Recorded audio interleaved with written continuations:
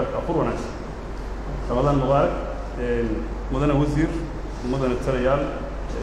بعض الصحافة والسلام السلام عليكم ورحمة الله وبركاته وحن جعلنا عنونا كهالله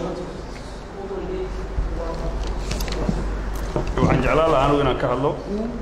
أما وربحين كوبان إذا كسيو حولها أمان فيه حسلنتا مقالة مقدشو waxaan rabaa in aan u mahad celiyo dhammaan ciidamada isku dhafka ah ee ka kala socda nabad sugidda booliiska iyo militariga ee maalmihii la soo dhaafay howlaha istaba joogga ee amni sugista ka hay magaalada muqdisho kuwaas oo guulo waaweyn laga soo hooyay runtiina shacabku ku nastay waxaan jeclaan lahaa inaan qof iyo guud ahaanba aan u mahad celiyo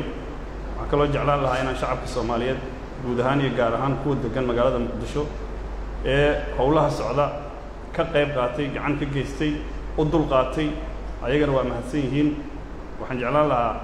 in aan idin sheego haddii aad tihiin shacabka in dawladdiina iyo ciidamadiinu ay midaysan yihiin una taagan yihiin howlihii loo egmaday oo ah in ay sugaan ammaankiin oo ay cabsida ay idinka ilaaliyaan oo magaalada muqdisho muddo dheer daruufo adag ayay soo martay meel kawaan ah oo dadka lagu waxyeeleeyo oo lagu dilo oo maalin kasta iyo saacad kastaba dhiig qof muwaadin oo Soomaaliyeed oo dambiile ah oo aan wax uu galabsada la arko oo ku qubtay uu ahaa waxaan rabnaa meel raxmadeed oo nabadeed oo Soomaalidu ay ku faantaysan ka faanan inay noqoto wajiga ay leedahay inaan ka bedelno waxaan rabnaa magaalo nolol iyo nabad ay ka jirto inay noqoto taas waxay u baahan tahay marka arrin loo dhanyahay oo laga wada shaqeynaayo oo dawladda qaasatan ciidanka ku howlan howlaha ammaanka gacan in laga siiyo loo dul qaato haddii ilaahay yiraahdo marka waxaa la rabaa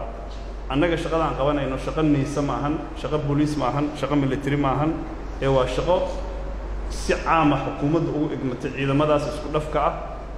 marka sababta hadda inta aan u taaganahay waxay tahay inaan muujino sidaan howlahaas aan ugu midaysannahay oo aanan ugu kala raaricin oo qolo qaasa oo loo tirinay aysan jirin ciidanka iyagu wuxuu ku shaqeynayaa duruuf adag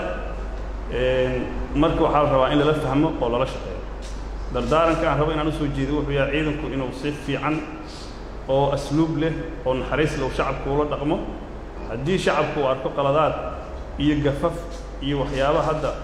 aanan loo baahnayn annaguna waxaan ballan qaadaynaa sida ugu dhaqsiyaha badan inaan saxno Roma was not built one day ama arrinkan hal maalin lagu masaxi karo hana loo dul qaato waxaan rabnaa oo kaleeto ciidamada howl ay ku jiraan hawshaasna howl laga gorgortamaayo ama qof loogu turaayo ama qof hadda loogu dan lahay ma ahan qof kasta oo ay farsoo gasho iyo qof kasta oo ay joojiyaan waa inay ciidamada la shaqeeyaan una hoggaansamaan amarkooda magaalada waa la socotaan howlaha ka socda waxaa go'aamiyey golaha wasiirada howl aniga iyo General Saacid iyo General Cirfiid Jamaal Cirfiid ay go'aamiyeen maahan annagu waxaan nahay dad amarkii un baan fulinaynaa marka wax hadda la shakhsiyadaynayo maahan magaaladan annaga kama rabno tuuto qoray daba jeexa cabdibile ordaaya ciidan socda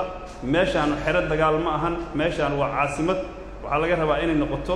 inay yeelato waji caasimad meel nabada oo dadku oo si nabadahoo yani ii sheegan kalsooni ku jirto oo ku maro ciidamada marka haddii ilaahay yiraahdo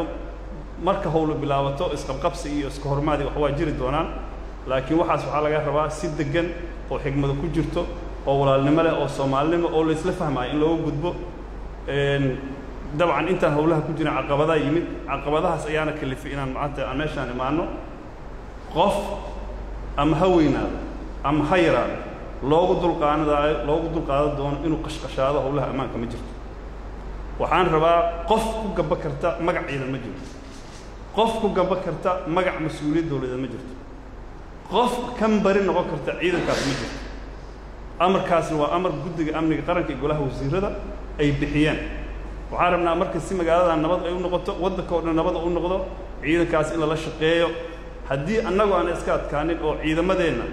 iyo dadka howlwadeennada ahayd dawladda ka shaqeeya aan ka adkaanin oo aanan dhaqan dawladda aan u yeelin shabaabka iyo cadowga iyo dadka dalkaanu inuu ilxun ahaado oo weligiis meesha uu joogo ka kicina kama adkaan karno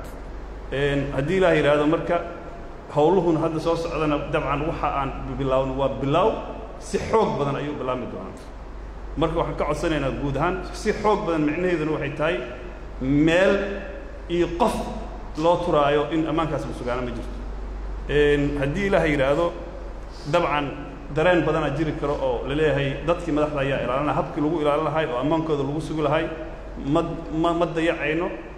mas-uuliyadeennana kama gaabin doono madaxda iyo mas-uuliyiinta qaranka waa la bortogarayn doonaa waa la difaaci doonaa iyo guud ahaan dadka Soomaaliyeed iyo ganacsatada Soomaaliyeed annaga dadka aan la u shaqaynayno oo caway maalin u taaganahay oo sharaftooda inay soo noqoto aan rabno oo inay nabad ku afuraan aan rabno inay nabad ku noolaadaan aan rabno oo ay walwalaan magaalada aan ku joogno waa dadka degan waay ee hadda qof si gooni ammaanka maraad uga lama jirto haddii ilaahay yidhaahdo annaga muddo kooban waxaan rabnaa magaalada zero gun in laga dhigo qoray la'aan in laga dhigo shakhsiyan aniga ammaan waxaan aqaanaa inuu ka bilaawdo qorayoo la dhigo inuu ka bilaawdo dawladda awood leh inuu ka bilaawdo cadaalad jirta inuu ka bilaawdo inaan ilmaha aan daba soconno oo aan ciyaal shabaab oo masaakiin aan ceersano lama rabee dadka lama taabtayaasha ah oo dalkan ishaan u yeelay meel kasta ha joogaan ama gudaha jooga ama dibadda jooga in la farsaaro haddii ilaahay yidhaahdo marka waxaan rabnaa in waxna la fahmo ciidanku mas-uuliyaddiisa waa gudan doonaa aniga shakhsiyan nin u turaaya shaqada lay diray inaan qof aan u hortaaga ma jirto dad badan soo qabyaaladaynaya hawsha dad badan weji kala yeelanaya annaga shabaab iyo shabaab eke dawlad diida waa la diriraynaa haddii ilaahay yidhaahdo waxaan rabnaa magaaladan labadii maalmoodoo lasoo dhaafay nabadda iyo naruuraha laga helay inay sii xoogaado inay Soomaaliya dhan ku fido waxaan rabnaa cadowga in la kufsado ma rabna asagana ka adkaa rabnaa waana mahadsantiin assalaamu calaykum waraxmatullahi wabarakaatu